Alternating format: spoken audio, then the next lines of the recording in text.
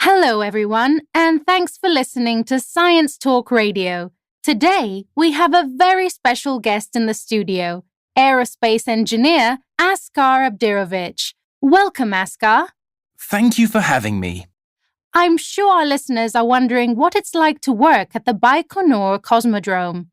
I'm sure many of your listeners are aware of what an honor it is for me to work at Baikonur. After all, it was the first cosmodrome on Earth. So much of aerospace history has been made here, from the thrilling launch of Sputnik 1 to the stressful mission that sent the first human into space. True. So, how did you end up working there? Well, like most aerospace engineers, I concentrated on a single area of the field when I was studying at university.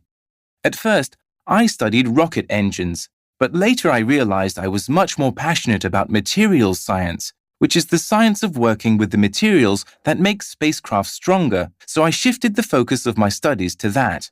But I think I would get bored with doing the same thing for my entire career, so my plan is to get into flight tests at some point in the future. Wow, that is quite a story. And why did you decide to get into aerospace engineering in the first place? Like a lot of children, I wanted to be a cosmonaut when I grew up. My friends used to say that all I ever talked about was space. I got my first telescope at the age of 10, and I was a member of the astronomers club in secondary school. But as I grew older, I was less interested in space exploration and more interested in the science that allows it to happen. So, what was it that changed your mind specifically about becoming a cosmonaut? I found that being behind the scenes was more interesting than being in the public eye. Cosmonauts may get all the glory, but that's not what I care about.